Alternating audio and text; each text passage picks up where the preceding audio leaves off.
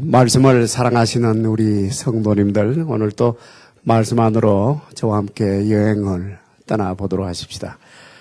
한 가난한 과부는 와서 두 렙돈 곧 한 고드란트를 넣는지라. 렙돈은 우리 주님 당시에 사용되었던 최소 화폐 단위입니다. 1전, 2전 또는 미국식으로 이해하면 1센트, 2센트식으로 그런 화폐 단위였습니다. 실제로 두 렙돈이라고 해도 미국의 1센트보다도 훨씬 적은 액수였습니다.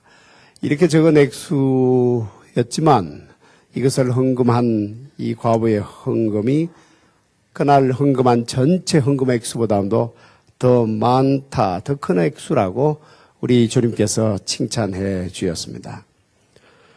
이 당시에 헌금함은 성전 뜰 내벽을 따라서 설치해 두었습니다. 그러니까 성소 안이 아니고 성소 밖에 설치해 두었습니다.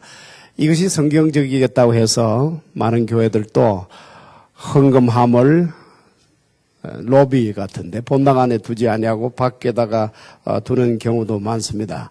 그러나 꼭 성경적으로 고집을 한다면 헌금함을 무려 13개나 두어야 합니다. 이 당시에 둔 헌금함 숫자가 13개였습니다. 그러니까 상관이 없다는 말씀입니다. 밖에 두든 안에 두든 그것은 아무래도 좋습니다. 또 헌금함이 맞는지 헌금 주머니가 맞는지도 중요한 것이 아닙니다. 중요한 것은 마음입니다. 헌금 정신이 중요합니다. 주님은 헌금에 관해서 관심이 많으십니다. 오늘 말씀을 보니 더더욱 그렇습니다. 이 41절을 보면 예수께서 헌금함을 대하여 앉으사 무리가 어떻게 헌금함에 돈 넣는가를 보실세 여러 분야는 많이 넣는데 우리 주님께서 지금 앉으셨습니다.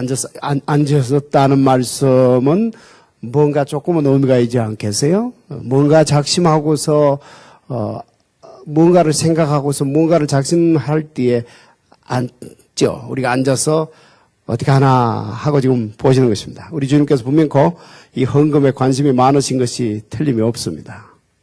또 43절도 보면 예수께서 제자들을 불러다가 이러시되 내가 진실로 너희에게 이르노니 이 가난한 과부는 헌금함에 넣는 모든 사람보다 많이 넣었도다. 예수님께서 제자들을 부르셨습니다. 예수님께서 제자들을 부르셨다는 말씀도 적어도 둘 중에 한 뜻일 겁니다. 제자들은 그때 여기저기 구경하느라고 딴전을 부리고 있었거나 정신이 없었거나 아니면 같이 있어서도 이 헌금하는 것은 보질 않았거나 둘 중에 하나이겠죠. 그러니까 우리 주님만 헌금하는 이 장면을 계속 보신 겁니다. 분명히 우리 주님 헌금에 관심이 많으세요. 우리 주님이 얼마나 헌금에 관심이 많으신가 하는 것은 구약성경의 마지막 책에서도 헌금에 관해서 말씀하고 있는 것만 봐도 분명합니다. 구약성경의 마지막 책이 말라기서입니다. 이 말라기서에서 주님은 이렇게 말씀하십니다. 사람이 어찌 하나님의 것을 도둑질하겠느냐. 그러나 너희는 나의 것을 도둑질하고도 말하기를 우리가 어떻게 주의 것을 도둑질하였나이까 하는도다. 이는 곧 11조와 봉헌물이라. 자, 보세요. 이 말씀만 보더라도 우리 주님이 얼마나 헌금에 관심이 많으신가를 보여줍니다. 11조와 봉헌물을 드리지 않은 것을 도둑질했다고까지 말씀하십니다. 주님의 제자들도 헌금에 관심이 많았습니다. 고린도전서 15장은 그 유명한 부활장입니다. 우리 성도들이 부활하게 될 그 영광스러운 말씀 말이죠. 여러분, 그날이 옵니다. 저와 여러분에게 장차 일어날 영광스러운 일이 있습니다. 우리 주님 곁에 먼저 간 우리의 영혼과 이 땅에 묻고 가는 우리의 육신이 다시 살아나서 영광스러운 영체가 되어 주님의 영광 속에서 영원하신 우리 주님과 함께 살게 되는 그날이 반드시 옵니다. 이것을 기록한 내용이 고린도전서 15장이에요. 그런데 이 고린도전서 15장 모든 말씀이 끝난 후인 16장 1절에 가면 이렇게 시작이 됩니다. 성도를 위하는 헌금에 관하여는, 성도를 위하는 연보에 관하여는 하고 시작이 되는 거예요. 여러분, 그 영광스러운 부활에 관한 말씀을 끝내기가 무섭게 하시는 말씀이 헌금입니다. 이토록 우리 주님은 헌금에 관심이 많으십니다. 오늘 41절 본문 말씀을 다시 봐도 또 그렇습니다. 41절을 다시 보면 예수께서 헌금함을 대하여 앉으사 무리가 어떻게 헌금함에 돈 넣는가를 보실세. 지금 우리 주님께서 과부 한 사람의 헌금하는 모습을 보시는 것이 아닙니다. 무리가, 모든 사람들이 13개나 되는 헌금함에 줄을 지어서 헌금하는 모습을 자세히 보고 계셨습니다. 무리가 라고 했어요. 그리고 보실세라는 말씀도 그렇습니다. 보셨다는 이 말씀도 원문의 뜻으로, 원뜻으로 보면은 계속적으로 보셨다는 뜻입니다. 계속적으로 보셨다. 이 말씀만 보더라도 참 우리 주님이 얼마나 헌금에 관심이 있으신가 하는 걸 볼 수 있어요. 제자들은 이것도 보고 저것도 보고 그랬는지 몰라도 주님은 딴 거 안 보셨습니다. 계속 와서 성전 안에서 헌금하는 모습만 계속 보셨습니다. 왜 이렇게 우리 주님은 헌금에 관심이 많으실까요? 보물이 있는 곳에 마음이 있는 것을 아시기 때문입니다. 이 과부가 헌금하는 모습을 보고서 우리 주님께서 기뻐하신 이유는 하나님을 사랑하는 마음을 가진 한 사람을 발견했기 때문입니다. 이 순간은 우리 주님에게 굉장히 기쁜 순간이에요. 이 말씀의 앞뒤를 쭉 연결해서 보면 그렇습니다. 그간 우리들이 주일마다 말씀을 쭉 같이 살펴왔는데 지금까지 우리들이 성전 안에서 우리 주님이 보신 모든 내용들은 하나같이 실망투성이었습니다. 11장 11절부터 시작이 되었죠. 11장 11절에서 우리 주님은 성전에 방문하시는 것으로 이제 성전 안에서의 모든 내용들이 기록이 됩니다. 예수께서 예루살렘에 이르러 성전에 들어가사 모든 것을 둘러보시고 때가 이미 저물매 12제자를 데리시고 베다니에 나가시느라. 지금 십자가에 달리시기 일주일간의 행적을 우리가 계속 살펴왔더랬습니다. 지난 일주일 동안 십자가 달리시기 일주일 동안에 처음으로 성전에 들어가신 그 모습을 이렇게 기록해놓고 있어요. 이날은 둘러보기만 하셨습니다. 아무 말씀도 없이 둘러보기만 하셨습니다. 그리고는 역시 아무 말씀 없이 묵고 계셨던 베다니 동네로 돌아가셨습니다. 이 아무 말씀이 없었다는 말씀이 큰 말씀 아니에요? 아무 말씀이 없었다는 말씀이 하신 말씀이 많았다는 역설 아닐까요? 하도 하고 싶은 말씀이 너무나 많았기 때문에 오히려 침묵을 지키셨는지도 몰라요. 그러나 그 뒤에 취하신 행동과 말씀을 보면 결국은 우리 주님의 그 당시에 속마음이 무엇이었던 것을 그대로 드러내게 됩니다. 무화과나무가 그 유명한 무화과나무 사건 말이죠. 무화과나무의 뿌리, 무화과나무, 이스라엘을 상징하는 그 무화과나무가 뿌리채 말라버렸습니다. 또 성전 청소하시는 모습으로 나타납니다. 우리 주님의 마음속에 있었던 실망감, 이런 것들이 전부 그런 식으로 드러나는 거예요.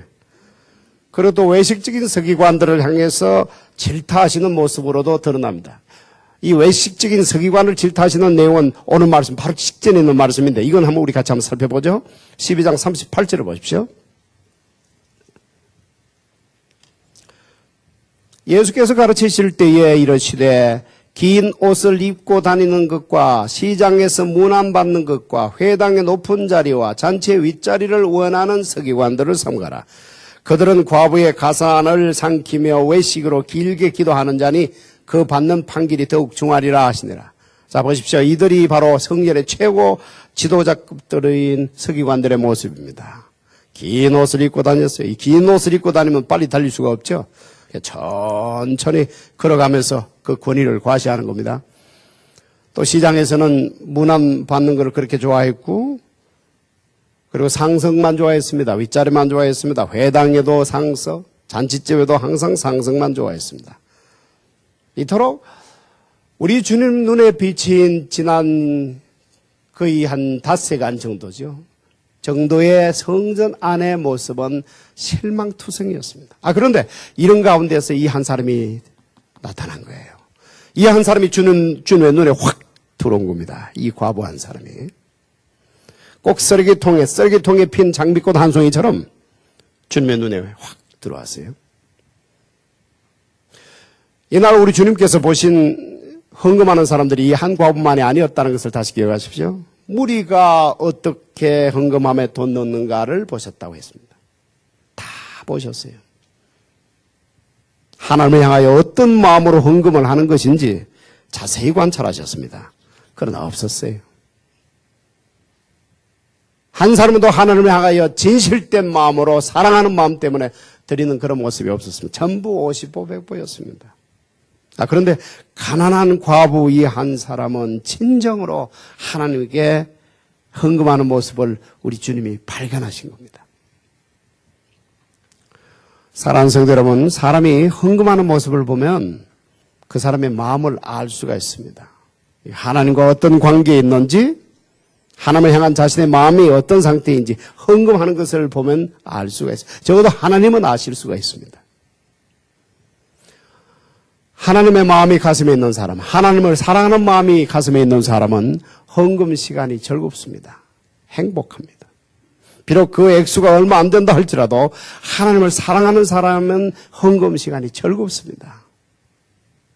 자신이 드리는 그 헌금액이 하늘나라 창고에 올라가는 것을 확신하면서 헌금 시간을 즐거워합니다. 여러분, 헌금한다고 해서 모든 헌금이 하늘나라 창고에 들어간다는 보장이 없을 수도 있다는 것을 우리가 알아야 합니다. 꼭 공중에 그냥 올라가다가 분해되어 버리고 정발되어 버리는 헌금도 있을 수 있다는 것을 우리가 알아야 합니다. 만약 오늘 우리들이 드리는 헌금이 그렇게 공중에서 분해되어 버리고 정발되어 버린다면 이 얼마나 분한 일이겠어요? 얼마나 어렵게 번 돈인데. 그런 헌금이 하늘 창고에 들어가지 아니하고 올라가다가 분해되어 버리고 정발되어 버리는 일이 실제로 일어난다면 이것은 참 분한 일입니다. 그렇기 때문에 어떤 헌금이 하늘 창고에 들어가는 헌금이 될까 이것을 아는 것은 대단히 중요한 일이에요. 이것은 전적으로 오늘 주님께서 계속 보시는 것처럼 어떻게 이 단어에 연결되어 있습니다. 어떻게 헌금하는가 이것과 연결이 되어 있어요. 이것은 중요한 내용이기 때문에 우리 한번 확인하고 넘어가기를 원합니다. 고린도후서 8장을 보십시오. 고린도후서 8장.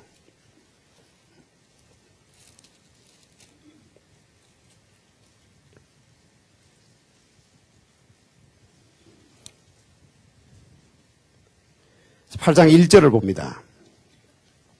형제들아, 하나님께서 마게도냐 교회들에게 주신 은혜를 우리가 너희에게 알리노니. 자, 마게도냐 성도들이 헌금을 어떻게 했나 하는 내용입니다. 2절. 환난의 많은 시련 가운데서 그들의 넘치는 기쁨과 극심한 가난이 그들의 풍성한 연보를 넘치게 하게 하였느니라. 지금 이 사람들은 헌금하는 형편이 아니죠. 지금 환난의 많은 시련 가운데 있습니다. 그리고 극심한 가난, 너무나 가난합니다. 이런 상황. 그런데도 이들은 풍성한 연보를 넘치도록 했다고 오히려 사도 바울은 칭찬하고 있습니다. 요즘 우리 성도님들부터 어렵다는 소리를 제가 자주 듣습니다. 특별히 비즈니스 하는 분들이 이렇게 어려운 적이 없었다고 말씀들을 합니다. 이런 때는 어떻게 위로해 드려야 하나 참 어려울 때가 들어 있어요. 헌금을 하지 말라고 해야 되나 그래도 하라고 그래야 되나 쉽지 않습니다. 마음 같아서는 이렇게 말해주고 싶어요. 그렇게 어려운데 헌금 안 하셔도 돼요. 하나님 이해하세요. 이렇게 말씀드리고 싶어요. 그러나 그렇게 말하는 순간 저는 하나님으로부터 멀어질 수도 있습니다. 하나님으로부터 꾸중을 들을 것 같아요. 네가 뭔데 해도 된다 안 해도 된다고 그래? 건방지게. 뭐 그런 말씀을 들을 것 같아요. 적어도 마게도니아 교인들에게 사도 바울은 그러지는 않았습니다. 오히려 칭찬하고 격려해주고 있습니다. 풍성한 연보를 드렸다고 칭찬해주고 있습니다. 그렇다고 헌금에 무슨 조건을 붙이지도 않아요? 헌금하세요. 그러면 복 받습니다. 그러지도 않습니다. 여러분, 헌금에 무슨 조건을 붙이면 안 되는 거지요. 헌금하는 것이 무슨 그 뭐예요? 그 남산에 그 무슨 야바이 하는 것처럼 하면 안 되는 거죠. 뭐 돈 놓고 돈 먹는 게 아니죠. 여러분, 헌금해도 계속 가난할 수가 있습니다. 헌금해도 여러분의 비즈니스는 안 풀릴 수도 있어요. 헌금 안 하면 하늘에서 복이 떨어지는 거 결코 아닙니다. 다만 그런 어려운 가운데서도 헌금하는 자신이 너무나 감사하고 그렇게 어려운 가운데서도 헌금하게 하시는 하나님이 너무나 감사하고 그게 기뻐서 헌금하는 것뿐이에요. 아무 조건도 없습니다. 붙이지 않습니다.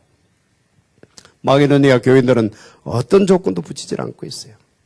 그저 주님의 은혜가 감사해서 그 극심한 가난 속에서도 헌금을 했습니다. 여러분, 그런 헌금을 풍성한 연보라고 그럽니다.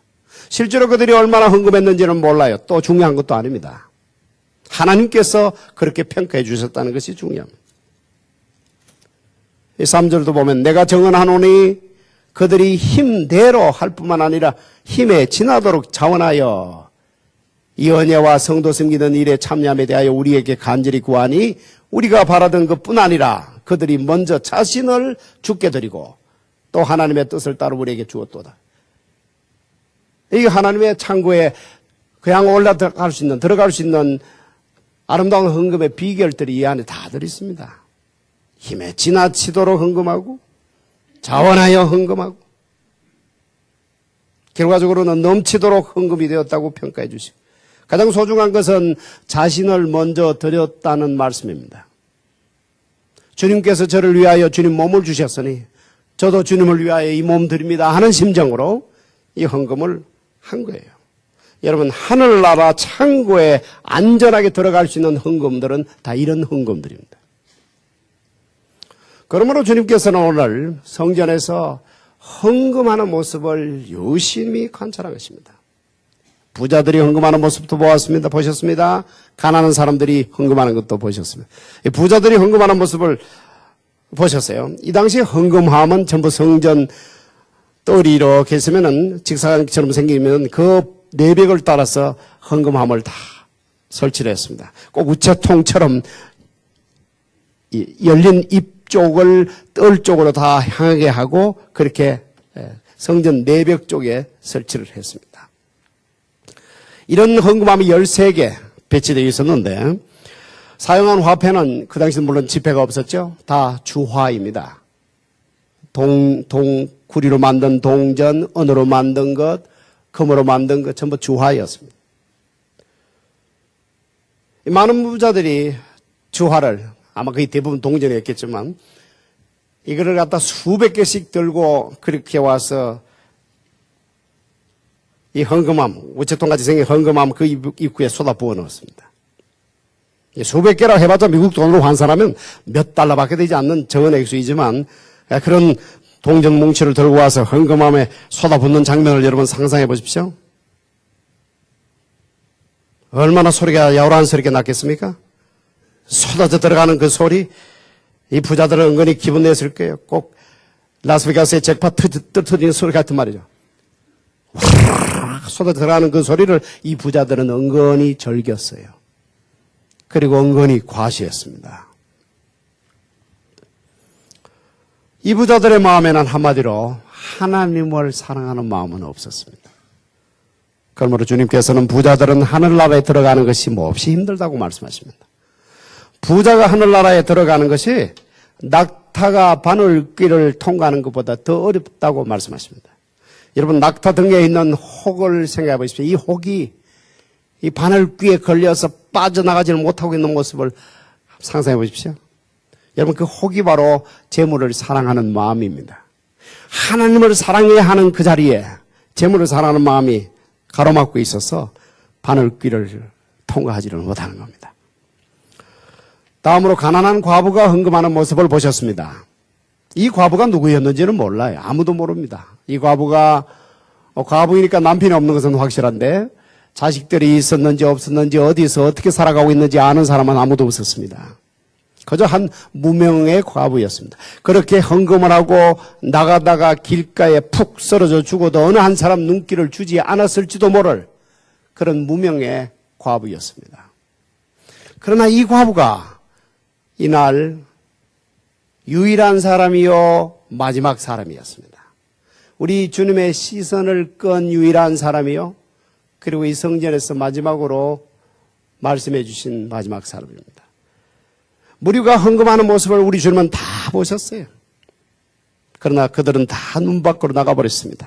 부자들이 들어와서 그 뭉치 동전 꾸러미를 가지고 와서 요란스럽게 쏟아부었지만 우리 주님 귀에는 그런 소리는 전혀 들려오지 않았습니다. 오직 이 한 과부 동전 두 잎 그 떨어뜨리는 그 소리만 귀에 들려왔습니다. 이 사람이 유일한 사람이었어요. 그리고 주님께서 말씀해 주신 마지막 사람이기도 합니다. 이 마지막 사람. 이것이 참 가슴에 감동으로 와닿습니다. 여러분 성경을 다시 보십시오. 마가복음 다시 12장 우리가 오늘 41절에서 44절까지를 보았습니다. 이 가난한 과부 두 렙돈 바친 가난한 과부의 이야기 44절에 끝이 납니다. 그들은 다 그 풍족한 중에서 넣었거니와 이 과부는 그 가난한 중에서 자기의 모든 소유 곧 생활비 전부를 넣느니라 하시니라 하고 오늘 말씀이 끝이 나죠. 근데 그 다음 1절을 보십시오. 13장 1절 예수께서 성전에서 나가실 때에 그까지만 읽으시면 됩니다.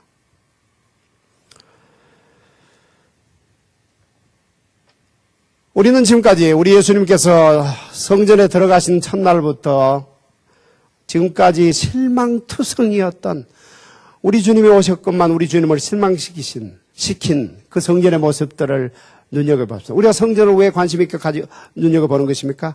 바로 그 성전이 오늘 교회로 연결되어 있는 것이기 때문에 우리 주님께서 뭐 어떤 모습을 실망하셨는지 이것은 오늘 우리들에게 주시는 바 교훈이 큰 것이기 때문에 특별한 관심을 가지고 우리가 살펴보았더랬습니다. 그런데 오늘 이 마지막으로 가난한 과부에 관한 말씀을 들려주시고는 성전에서 나가시는 거예요. 그리고는 다시는 이 성전에 돌아오시지 않습니다. 그리고 이 성전은 결국은 주 70년에 로마 병력에 의해서 돌 위에 돌 하나 남기지 아니하고 다 깡그리 파괴되어 버립니다. 그러니까 이 가난한 과부 한 사람을 주님이 발견하신 거예요. 이 가난한 과부 한 사람을 우리들의 가슴에 남기시는 겁니다.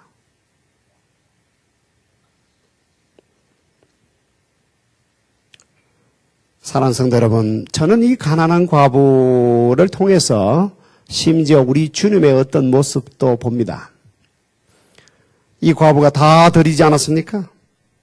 자신을 위해서는 하나도 남기지 않았습니다. 우리 주님도 다 드리셨습니다.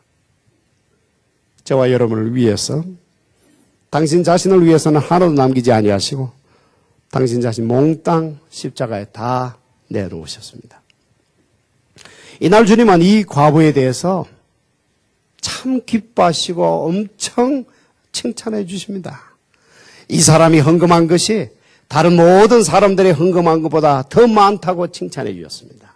동전 2개를 드렸을 뿐인데 우리 주님은 이런 놀라운 칭찬의 말씀을 해 주시고서 성전에서 나가시고 다시는 성전에 돌아오시지 않았단 말이죠. 몇 가지 교훈을 우리가 얻기를 원합니다. 첫째로 하나님이 보시는 눈과 우리가 보는 눈이 다르다는 사실입니다. 우리는 얼마나 하나님께 드렸는가에 관심이 더 많습니다. 그러나 하나님은 얼마나 너를 위하여 남겼는가에 관심이 더 많으십니다. 여러분, 이 과부는 자신을 위해서는 하나도 남기지 않았습니다. 하나님을 위해서 다 드렸습니다. 우리 주님께서 보시는 쪽은 그쪽이었습니다. 자신을 위해서는 하나도 남기지 않았다 하는 그쪽을 보셨습니다. 우리가 가끔 이런 기도를 들을 때가 있습니다. 과거에 두 랩돈도 받으신 하나님이라는 기도를 들을 때가 있습니다. 그것은 틀림없이 드리는 것이 너무나 적어서 참 미안하고 죄송해서 그렇게 기도하는 것 같은데, 그러나 여러분, 과부의 두 랩돈은 적은 액수가 아닙니다. 아낌없이 다 드린 엄청난 액수입니다. 그러므로 주님께서는 이날 이 과부가 바친 헌금이 전체 헌금 액수보다 더 많다, 더 크다고 말씀하셨습니다. 어느 쪽을 보시느냐? 우리는 드리는 쪽을 보지만 주님께서는 우리에게 남긴 것을 더 보시는 것입니다. 둘째로 이 과부의 두 랩돈의 액수가 실제로 많다는 점입니다. 여러분, 이 과부가 드린 헌금은 두 랩돈에 지나지 않습니다. 그러나 이 두 랩돈의 감동을 받아서 헌금한 성도들이 그 후 얼마나 많습니까? 지난 2000년의 기독교 역사를 통해서 바로 이 과부의 이 두 랩돈의 감동을 받아서 헌금한 그 헌금을 다 합치면 그야말로 천문학적인 숫자가 될 거예요. 여러분, 이 과부는 지극히 작은 씨앗을 하나 심었습니다. 그러나 맺힌 열매는 이토록 엄청납니다. 우리가 하나님의 사랑 때문에 또는 하나님의 사랑으로 심는 것은 그 무엇이든지 열매는 이렇게 풍성하게 거둘 수가 있습니다. 셋째로, 그러나 여전히 이 과부는 무명의 사람이라는 사실입니다. 지금까지 어느 누구도 이 과부의 신상을 파악해낸 사람이 없습니다. 여러분, 괜히 이런 고생하지 마십시오. 이 여인의 신상을 파악하고 연구해서 박사 논문 써가지고 박사받겠다, 그런 생각은 아예 하지도 마십시오. 하나님께서 막으실 거예요. 계속해서 이 여인은 무명으로 남게 하실 겁니다. 왜냐하면 하나님의 사랑하시는 사람이 이 땅에서 너무나 유명한 사람이 되어서 저 땅에 갔을 때 무명한 자가 되는 것을, 그런 불상사가 일어나는 것을 우리 하나님은 원치 아니하시기 때문에 진정으로 사랑하는 자는, 사랑하시는 사람은 이 땅에서도 계속 무명의 사람은 무명으로 남게 할 거예요. 그러나 이런 사람들이 하늘나라에 가면 유명인물, 유명한 사람이 된다는 것을 아시기 바랍니다. 우리가 하늘나라에 가면 참 놀랄 일이 너무나 많겠죠? 그 중에 하나가 이것일 겁니다. 저 사람이 누구야? 이름이 뭐요? 어디에 사는 사람이야? 전혀 우리는 알지 못했던, 당연히 기대했던 그런 사람은 안 보일 수도 있는데 전혀 이 과부, 이 가난한 과부, 이름도 몰라요, 성도 몰라요, 어디서 무엇을 어떻게 살았는지 몰라요, 자식이 있었는지 없었는지 몰라요, 아니면 이 헌금하고 나가다 어떻게 죽었는지도 몰라요. 전혀 우리의 생각조차, 생각 속에 요만큼도 남지 않은, 기억되지 않는 이런 사람이 하나님 앞에서 큰 상을 받는 모습을 보면서 우리 아마 많이 놀라게 될 거예요. 주님께서는 이 가난한 과부의 이야기만 마지막으로 들려주시고 성전을 빠져나가셨습니다. 이것이 우리 주님의 뜻이었어요. 마가복음을 기록한 마가의 의도이기도 합니다. 이 가난한 과부를 마지막으로 남기시는 것이 주님의 뜻이었습니다. 우리 주님은 얼마나 흥분하셨습니까? 딴전을 보고 있던 제자들을 부르시기까지 하셨습니다. 이 가난한 과부는 헌금함에 넣는 모든 사람보다 많이 넣었다고 하시면서 기뻐하셨습니다. 비로소 한 사람을 발견하신 거예요. 비로소 하나님을 사랑하는 한 사람을 발견하신 겁니다. 지금까지 11장 11절 이후에 오늘 이 순간까지 주님은 성전에 들어가실 때마다 실망. 모두가, 지도자들은 외식적인 인물들 뿐이고 모두가 실망. 아버지 집, 만민이 기도하는 그 집은 왜 이렇게 이 모양이 되었느냐고 실망이었는데, 막판에, 마지막 순간에 전혀 예상치도 않았던 이 한 가난한 과부 한 사람을 주님이 발견하신 거예요. 그리고는 이 사람으로서 우리 주님은 적어도 이 세상에 여러 가지 교훈과 이런 것을 가르치는 그 일에 있어서 성전 안에서 이것으로 끝입니다. 그리고는 성전을 다시는 돌아오시지 않는단 말이죠. 여러분, 하나님을 사랑하느냐가 헌금의 유일한 기준이요 정신입니다. 하나님을 사랑하십니까? 하나님 사랑하기 때문에 헌금하십니까? 여러분, 만일 이 가난한 과부마저 없었더라면 주님께서는 영원히 실망하신 채로 그 성전을 떠나셨을지 모릅니다. 그나마 이 한 사람이 있었던 덕분에, 있었기 때문에 우리 주님은 막판에서나마 웃으시면서 그 성전을 떠나실 수가 있었습니다. 이 아름다운 하나님의 딸, 이 아름다운 한 이름도 없고 성도 모르는 이 과부, 이 한 사람만이 우리 주님을 성전에서 유일하게 그것도 마지막으로 기쁘시게 해드린 사람이 된 거예요. 이런 사람 되고 싶은 소원이 없으세요? 이 땅의 모든 교회가 우리 주님이 방문하셨다가 떠나실 때는 웃으실 수 있는 그런 교회가 되기를 소원합니다. 우리 교회가 바로 그런 교회 중에 하나가 되기를 소원합니다. 여러분의 가슴에도 이 가난한 과부, 그러나 너무나 사랑스러운 하나님의 딸, 이 과부의 모습이 오래오래 남아있기를 바랍니다. 우리 주님께서 성전에서 유일하게 기뻐하셨고 마지막으로 우리에게 남기신 너무나 아름다운 하나님의 딸입니다.